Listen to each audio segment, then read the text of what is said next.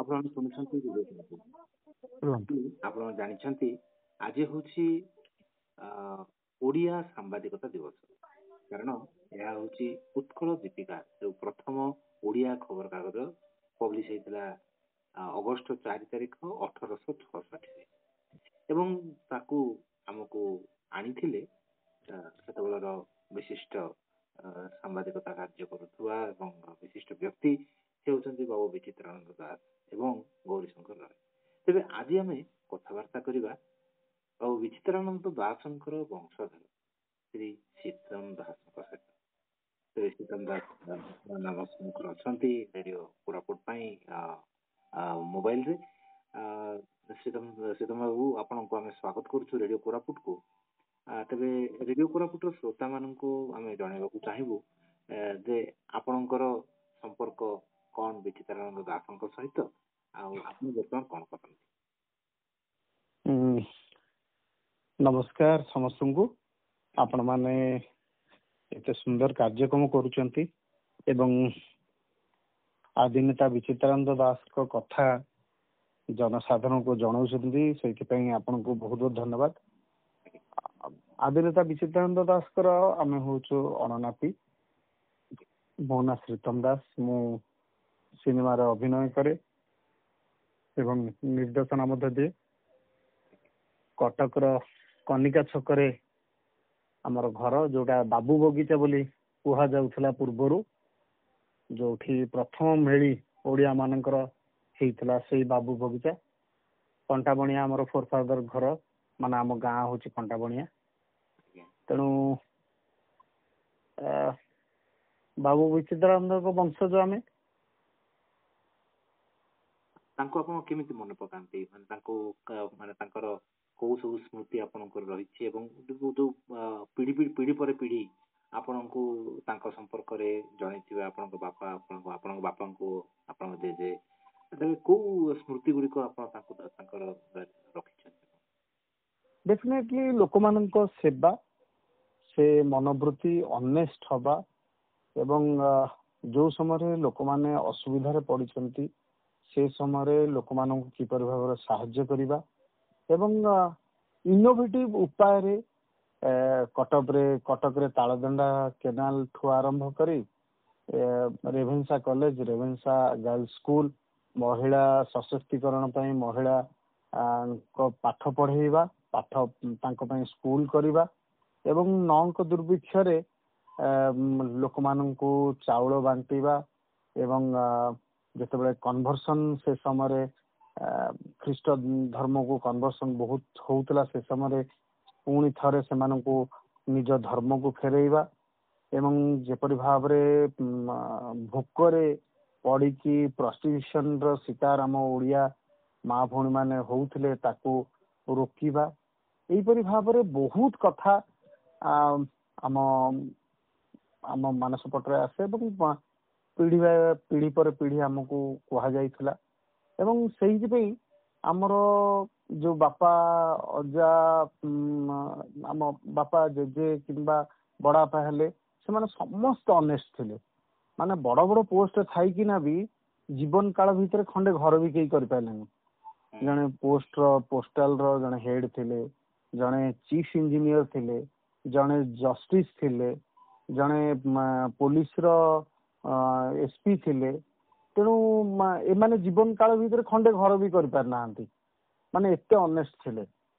Plus ଆମେ ଜାଣିବା ଭିତରେ କଟକରେ ଆମର ବୋଧେ 4-5ଟା ବିଲ୍ଡିଂ ଥିଲା ପୂର୍ବରୁ, ଯେହେତୁ ଆମର ମାନେ ଫୋରଫାଦର ସେମାନେ ଜମିଦାର ଥିଲେ, କିନ୍ତୁ ନଅଙ୍କ ଦୁର୍ଭିକ୍ଷ ବେଳକୁ ଯୋଉ ଘର ଗୁଡିକ, ଯୋଉ ବିଲ୍ଡିଂ ଗୁଡିକ ବିକ୍ରି ହେଇଯାଇଥିଲା, ମୋ ବଡ ଭଉଣୀ ମାରିକା କୁହନ୍ତି ଆମ ବୁଢୀ ମା ନେଇକି ସେ ଘର ସବୁ ଦେଖେଇଥିଲା ଯେ ଏଇ ସବୁ ଘର ଆମର ଥିଲା, ଆମ ଘର ଗୁଡାକ ସବୁ ବିକ୍ରି କରିଦେଇକିନା ସେତେବେଳକୁ ଲୋକମାନଙ୍କ ପାଇଁ ଆମର ଚାଉଳ ଫାଉଳ ସବୁ ଲୋକଙ୍କୁ ବଣ୍ଟା ହେଇଯାଇଥିଲା। ତେଣୁ ଏଇପରି ଭାବରେ ସେଇ କଥା ଜନସାଧାରଣ ମାନଙ୍କ ପାଇଁ କାମ, ଏଇ କଥା ସବୁବେଳେ ମନେ ପଡେ।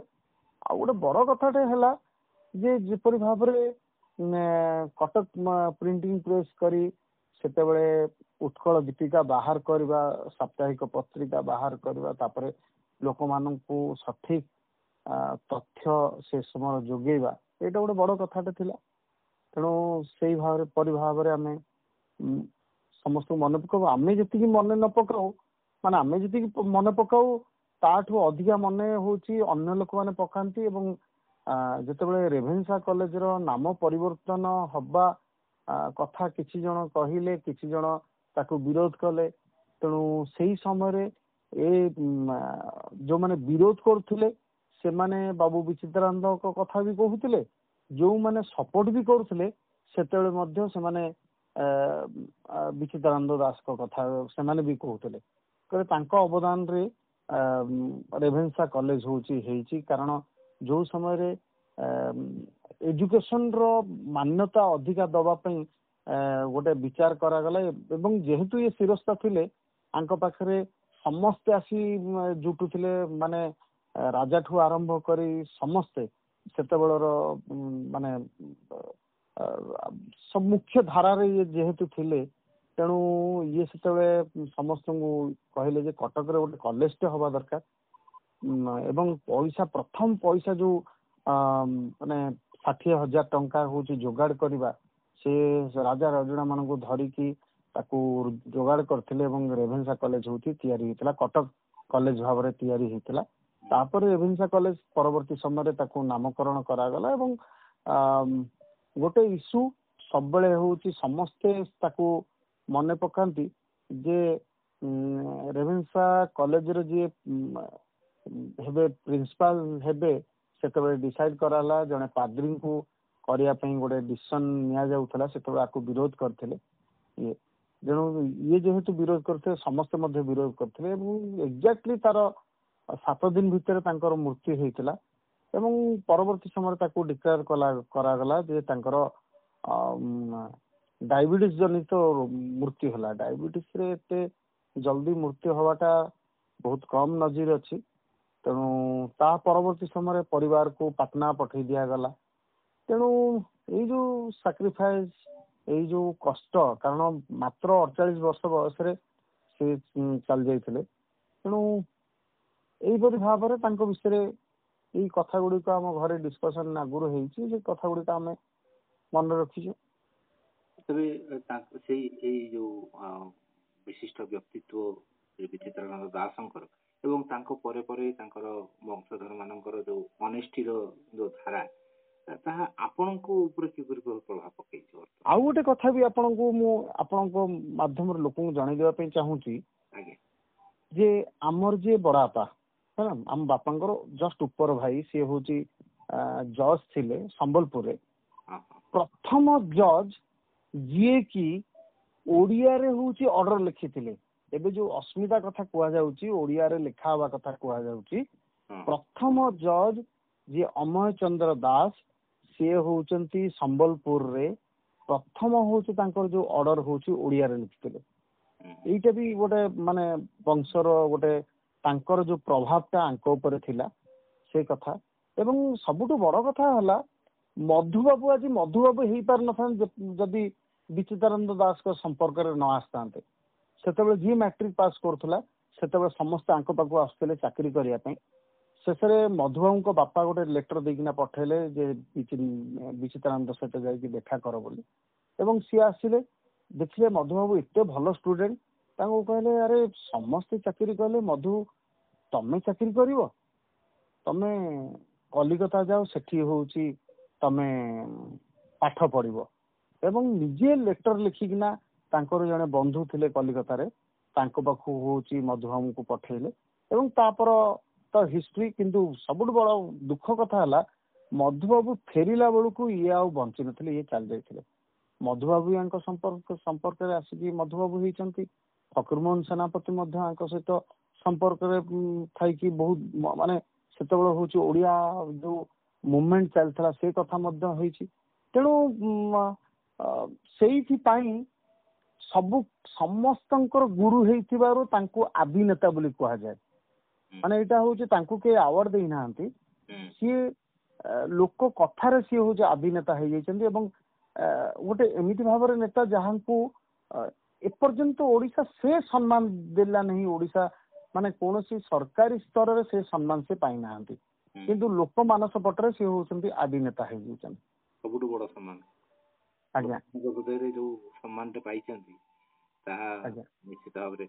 ତେବେ ଆପଣଙ୍କର ଯୋଉ ବର୍ତ୍ତମାନ ପ୍ରୋଫେସନାଲ ଯୋଉ ଇଏଟା ରହିଛି ସିନେ ଫିଲ୍ଡରେ ତା ଉପରେ ଆପଣଙ୍କର କିପରି ଛାପ ପଡିଛି ତାଙ୍କର ବ୍ୟକ୍ତିତ୍ୱ? ନିଶ୍ଚିତ ଭାବରେ ଯେ ଯେହେତୁ ମାନେ ସେଇ ବଂଶର, ତେଣୁ ଆମ ଭିତରେ ବି ସେଇ ଅନେଷ୍ଟିଟା ଅଛି। ଆପଣ ଜାଣିଥିବେ ଯେ କୋଭିଡ ସମୟରେ ଯେପରି ଭାବରେ ମୋର ପ୍ରଥମ କର୍ତ୍ତବ୍ୟ ହେଲା ଯେ ମୁଁ ପ୍ରଥମେ ଖାଇବା ତିଆରି କରି ଆମେ କିଛି ଲୋକଙ୍କୁ ବାଣ୍ଟୁଥିଲୁ। ତାପରେ ମୁଁ ଭାବିଲି ଆମେ ଗୋଟେ ଦିନରେ 200 ଲୋକଙ୍କୁ ଖାଇବା ଦେଇପାରୁଛୁ, କିନ୍ତୁ ଯଦି ଆମେ 10ଟା ଅର୍ଗାନାଇଜେସନ ହେଇଯାଏ ତାହେଲେ ସେଟା ହଉଛି 2000 ପରିଣତ ହବ। ତେଣୁ ଯୋଉ ୟଙ୍ଗ ପିଲାମାନେ ଥିଲେ, ୟଙ୍ଗ ଅର୍ଗାନାଇଜେସନ ମାନେ ଥିଲେ, ତାଙ୍କ ପାଖକୁ ଯାଇ ତାଙ୍କୁ ମୋଟିଭେଟେଡ କରେଇ ତାଙ୍କୁ ଆମେ ମାନେ ସମସ୍ତେ ଚେଷ୍ଟା କଲୁ ଏବଂ ସେମାନେ ପରବର୍ତ୍ତୀ ସମୟରେ ପାଖାପାଖି କଟକରେ ବଡ ମେଡିକାଲ କୁ ବହୁତ ପେସେଣ୍ଟ ଆସୁଥିଲେ।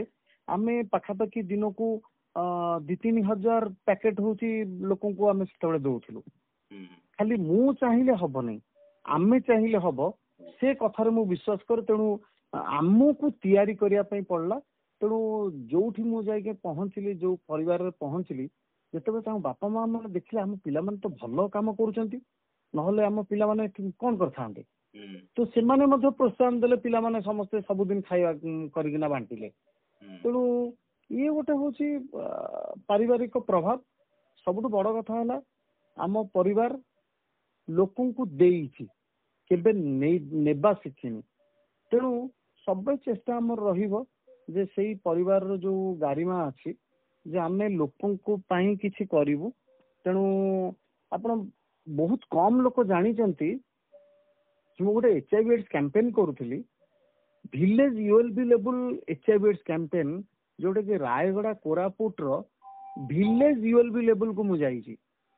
ମାନେ କୁନ୍ଦରା, ବୈପାରିଗୁଡା, ଲମତାପୁଟ, ନନ୍ଦପୁର, ତାପରେ ପଟାଙ୍ଗୀ, ସେ ବେଲ୍ଟଟା ପୁରା ପଟାଙ୍ଗୀଠୁ ପୁରା ଲମତାପୁଟ ପର୍ଯ୍ୟନ୍ତ, ଏପଟେ କୁନ୍ଦରା, ବୈପାରିଗୁଡା, ସେପଟ ଲାଇନଟା ପୁରା ଜୟପୁର, ସବୁଆଡେ ଯାଇକି ଆମେ ଭିଲେଜ ULB ଲେବୁଲର ପୁରା ହଉଛି HIV AIDS କ୍ୟାମ୍ପେନ କରିଛୁ।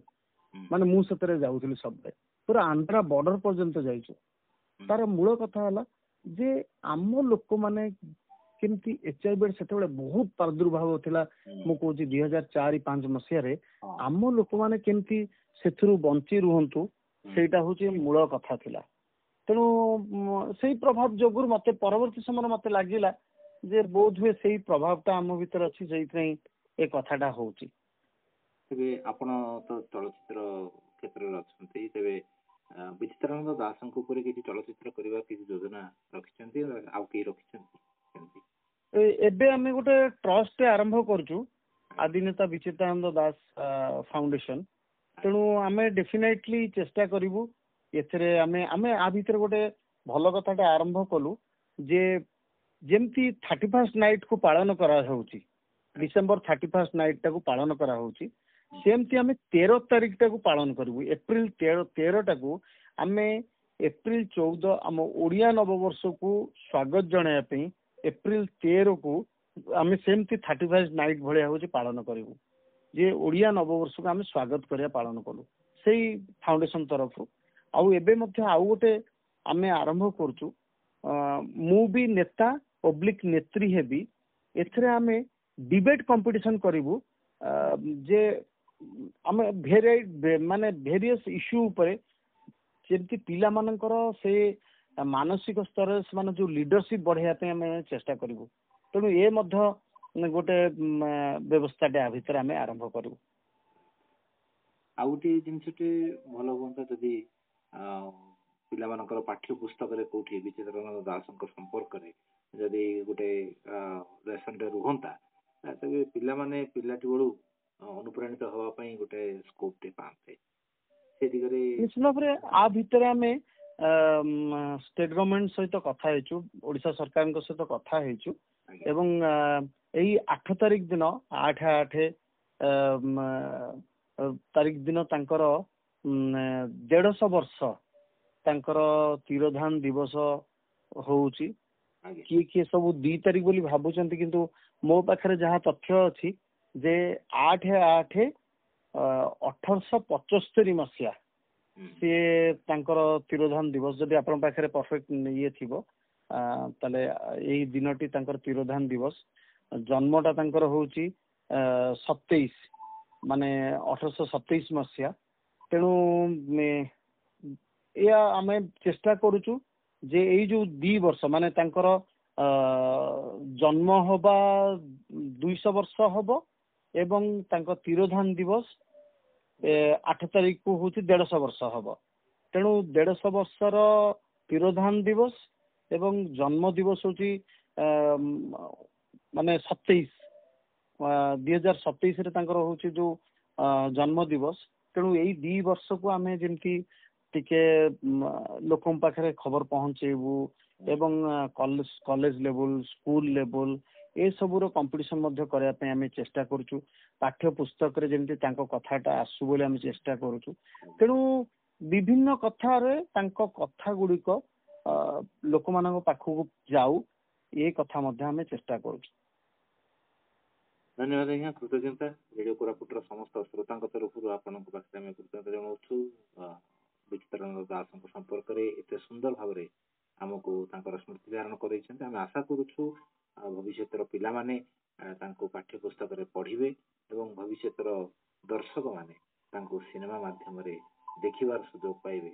ଆଉ ଆପଣଙ୍କର ଯୋଉ ପ୍ରୟାସ ରହିଛି ଗ୍ରାସରୁଟ ଲେଭଲ ପର୍ଯ୍ୟନ୍ତ ଯାଇ ତୃଣମୂଳ ସ୍ତରରେ କିପରି ଭାବରେ ପରିବର୍ତ୍ତନର ଧାରା ତାକୁ ପ୍ରବାହିତ କରିବେ, ସେ ସମ୍ପର୍କରେ ମଧ୍ୟ ଆପଣଙ୍କୁ ଆମେ ବିଶେଷ କୃତଜ୍ଞତା ଜଣାଇବୁ।